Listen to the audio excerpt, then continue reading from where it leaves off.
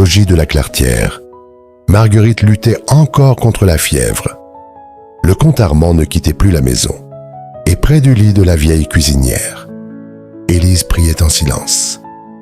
Au même moment, à quelques kilomètres du logis, Évelyne de Belleville descendait les marches de l'église de Faleron. Dans le silence du sanctuaire, elle alluma un cierge. Son visage habituellement froid semblait différent, presque fragile. La flamme vacilla doucement devant la statue de la Vierge. Et Évelyne murmura quelques mots que personne n'entendit jamais.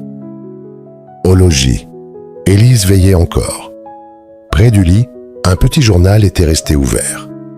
On y parlait des apparitions de Lourdes et de cette jeune Bernadette Soubirous qui disait avoir vu la Sainte Vierge quelques années plus tôt. Élise relisait souvent cet article, puis elle leva les yeux vers la petite médaille accrochée à son cou, et dans le silence de la chambre, elle pria à voix basse. « Sainte Vierge, laissez-la rester encore un peu avec nous. » En cette fin de journée, le bon curé Jacquet de Faleron arriva au logis, sa longue soutane noire battue par le vent du soir. Après avoir prié quelques instants auprès de Marguerite, le curé Jacquet retrouva le comte Armand sur le perron du logis. Tous deux échangèrent quelques mots à voix basse, le regard grave tourné vers les jardins silencieux. Puis le curé posa doucement une main rassurante sur l'épaule du comte. Car même dans les heures les plus sombres, l'espérance refusait encore de quitter la Claretière. Bastien parlait encore moins qu'à l'habitude. Et dans toute la maison, on marchait doucement, comme si le moindre bruit pouvait déranger le destin. Un matin, un vrai matin de Vendée, le soleil traversait enfin les rideaux. Les oiseaux chantaient dans les marronniers du parc, et une odeur de café chaud descendit soudain l'escalier. Antoine posa lentement son sécateur.